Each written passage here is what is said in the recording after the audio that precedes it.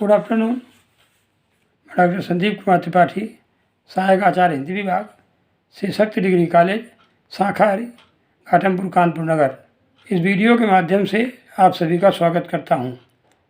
आज हम सभी इस वीडियो के माध्यम से BA द्वितीय वर्ष हिंदी भाषा द्वितीय प्रश्न पत्र के पाठ्यक्रम में सम्मिलित अरे यायावर रहेगा याद, जो कि सच्चिदानंद हीरानंद वात्स्यायन गे द्वारा लिखा गया है, इस यात्रा वृत्तांत के नायक के रूप में स्वयं लेखक यानी अज्ञे की चारित्रिक विशेषताओं पर प्रकाश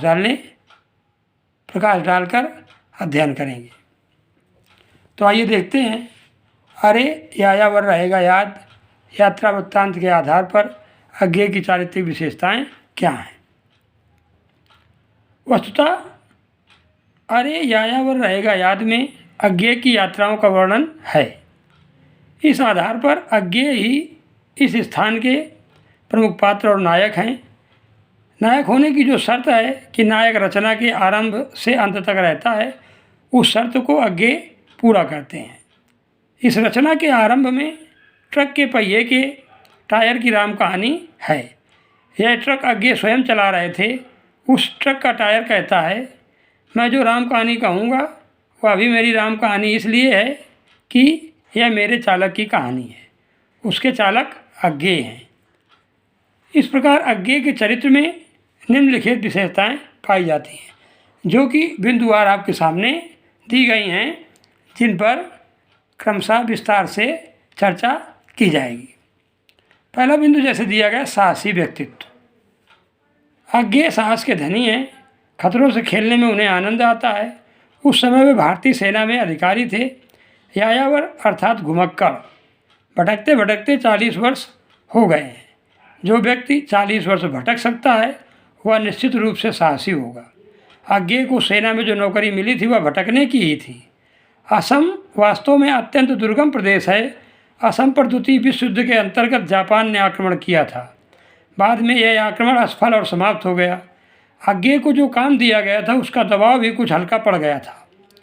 उस समय पूर्वी सीमा प्रांत के ही पूर्वोत्तर प्रदेश का दौरा अज्ञे के हिस्से में आया था। इस दौरे को अज्ञे ने तत्परता से स्वीकार कर लिया।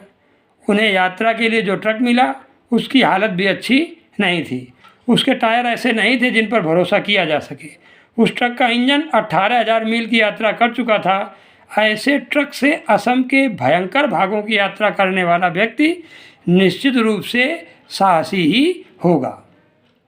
तो यह तो हुई उनके साहस की बात। अब आगे अगले बिंदु में यानी उनके कुशल ड्राइवर होने पर चर्चा की जाएगी। अगला पॉइंट है कुशल ड्राइवर। अज्ञे को ट्रक चलाने का व्यसन माने नशा था। ट्रक अकेला हो तो उन्हें चलाना होता है। अगर ट्रकों की कानवाई है तो आगे वाले या पीछे वाले ट्रकों को वे ही चलाते हैं। अज्ञे की ट्रक यात्रा कुशलता इन पंक्तियों में देखी जा सकती है, जो कि उनके अरे यायावर रहेगा याद यात्रा वृत्तांत में दी गई हैं। वे कहते हैं, इस ट्रक के साथ रात की दौड़ कैसे हो। यायावर को इसकी चिंता नहीं। वह गाड़ी स्वयं चलाता है। शुक्ल पक्ष की रात है। उसके शरीर में विटामिन कैरोटीन यूँ भी यथेष्ट हैं यानी पर्याप्त हैं, क्योंकि बत्ती जलाए बिना गाड़ी दौड़ाने में उसकी आँखों को कोई कष्ट नहीं होता, बल्कि वह स्निग्ध अंधेरा तो विचार का सहायक है। तो इस प्रकार उनकी कुशल चालकता का यहाँ अंधेरे में भी ड्राइविंग के माध्यम से दिया गया है। अगला बिंदु है अत्यधिक धैर्यशाली, यानी अज्ञे के व्यक्तित्व में जो धैर्य है वह किस प्रकार का है। देखते हैं, सेना के अधिकारी क्रोधी और धैर्यहीन होते हैं, ऐसा प्रायः देखा गया है। पर अज्ञे अत्यंत शांत और धैर्यशाली हैं। उनके लिए जो नौकर असुविधा का कारण बन जाते हैं उनके प्रति भी वे कृपालु रहते हैं और धैर्यपूर्वक समस्या का समाधान करने का प्रयास करते हैं। अंधेरी रात में चलते चलते ट्रक का पहिया पंचर हो गया। उसे निकालकर उसके स्थान पर दूसरा पहिया लगाया। जैक को धुरे के नीचे रखा गया तो वह नीचा रह गया। अज्ञे ने ट्रक के क्लीनर कुंदन सिंह से पत्थर लाने को कहा। बहुत देर हो गई पर कुंदन सिंह का पता नहीं। अज्ञे स्वयं पत्थर ले आए, जैक उठाया और पहिए की डिबरी खोलने लगे। जब उन्होंने ढिबरियाँ खोलकर पहिया गिराया तब कुंदन सिंह अपने बड़े फौजी बूटों को ढबर ढबर बजाता हुआ 2 पत्थर उठा ले आया। अग्गे ने दांत पीस कर कहा, मिल गया तुम्हें पत्थर? कुंदन सिंह के चेहरे पर मुस्कान थी। उसने खीसे काटते हुए कहा, जी जरा ठहर गया था। कारण पूछने पर उसने कहा, ना जी जरा सांप छू गया था। अग्गे ने पूछा, तुमको जिस सांप ने काटा वह मर गया कि नहीं? कम से कम दांत तो टूटे ही गए होंगे। कुंदन सिंह की टांग देखने पर मालूम हुआ कि सांप ने जीन्स की पैंट के ऊपर से काटा था। दांत हल्के लगे। अग्गे ने चाकू से उस निशान को खोला और उसमें दवा मल दी। इससे स्पष्ट है कि उन्हें अपने क्रोध पर काबू करना आता था। वह बहुत अधिक धैर्यवान थे। अगला बिंदु दिया गया है कि अग्गे आस्तिक भाव से पूर्ण है। इसमें उनकी ईश्वरीय श्रद्धा के बारे में पता चलता है। वास्तव में अग्गे का व्यक्तित्व आस्तिकता की भावना से पूर्ण है। परशुराम कुंड के नाम से 2 कुंड हैं।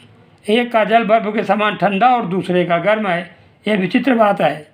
अपनी माता रेणुका का वध पिता की आज्ञा अनुसार करके और पिता के तपोबल से उन्हें जीवित करा के परशुराम अपने पाप धोने के लिए यहाँ आए होंगे और क्रमशः उन कुंडों में स्नान किया होगा। इस बात पर विश्वास करके अग्गे ने पहले ठंडे जल वाले कुंड में और बाद में गर्म जल वाले कुंड में स्नान किया। यह कार्य उनकी धार्मिक भावना का प्रमाण है या परिचायक है। इससे ईश्वर के प्रति उनके मन में जो श्रद्धा का भाव है, आस्तिकता का भाव है, उसकी पूर्णता का पता चलता है। अगले क्रम में है, वास्तव में अग्गे साहित्यकार थे तो उनके मन में कविता के प्रति आदर और यानी कवि के प्रति आदर और कविता के प्रति आकर्षण की जो भावना थी वह कैसी थी, तो इसे देख लिया जाए। फौज की नीरस नौकरी करते हुए अग्गे जी के मन में कवि के प्रति आदर और कविता के प्रति आकर्षण की भावना थी। अग्गे जब लाहौर जाते हुए आगरा होकर निकले तो उन्होंने मियाँ नज़ीर अकबराबादी की वह कब्र देखी जिसकी उपेक्षा हो रही थी। उन्हें नज़ीर की कविता की वे पंक्तियाँ याद आईं जो उन्होंने बड़े उत्साह से कंठस्थ की थी, यानी याद की थी। वे पंक्तियाँ इस प्रकार हैं। वे कहते हैं, वो अपनी याद की हुई कविता को गुनगुनाते हैं। ऐसा था बांसुरी के बजैया का बालपन, ऐसा था बांसुरी के बजैया का बालपन, हो मधुपुरी नगर के बसैया का बालपन। जाहिर में गो के नंद, जाहिर में गो के नंद जसोदा के जाए थे, वरना वो आप ही माई थे, वह आप ही बाप थे। अग्गे ने नज़ीर अकबराबादी की लोकप्रियता इस प्रकार स्पष्ट की है। वे कहते हैं, सुना है कि जब कविताजगंज से गधा हाँकते हुए निकलता था और मदरसे जाकर लड़कों को पढ़ा हमें, तब रास्ते में लोग इतनी जगह उन्हें रोक रोक कर उनसे 2-4 बंद सुना के जाने का आग्रह करते थे कि नज़ीर मियाँ को गोकुलपुरा में अपने मदरसे पहुँचते पहुँचते सांझ हो जाती थी और वे लड़कों को छुट्टी देकर फिर रुकते रुकते रात तक घर पहुँच जाते थे। एक वह दिन था जब कविता का स्वाभाविक उद्रेक राह चलते को खींचता था और फक्कड़ कवियों की बानी सीधे लोक हृदय में बैठ जाती थी। और अग्गे कहते हैं, एक हमारा दिन है कि ट्रक हाँकते धूल उड़ाते चले जा रहे हैं। आगे उन्होंने इस यात्रा वृत्तांत में गुरु के प्रति श्रद्धा की जो उनके मन में अधिकता थी उसका परिचय दिया है। वास्तव में जो प्रोफेसर अग्गे को भौतिक विज्ञान पढ़ाते थे उन्होंने भी किरणों संबंधी खोज के लिए अग्गे के साथ कश्मीर की यात्रा पर जाना चाहा। प्रोफेसर साहब की पत्नी अपने पति के भुलक्कड़पन से परेशान थी। जब वे अग्गे के साथ जाने लगे तो उन्होंने हंसकर कहा, मैं तो बिल्कुल नहीं मानती कि तुम इनके अनुगत होकर आए हो और इनके नेतृत्व में अन्वेषण करने जा रहे हो। मैं तो इन्हें तुम्हें सौंप रही हूँ और तुमसे वसूल कर लूँगी। उन्होंने फिर कहा,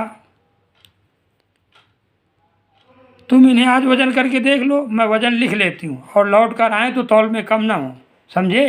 तुम इन्हें बता दिया करना कब खाने का समय होगा, कब हजामत बनाने लायक हो गई, कब गर्म कपड़ा पहनना, आदि आदि। इसके बाद श्रद्धेय ने गुरु और उनकी पत्नी का विस्तृत परिचय देकर गुरु के प्रति अपनी श्रद्धा को प्रमाणित करने का प्रयास किया है।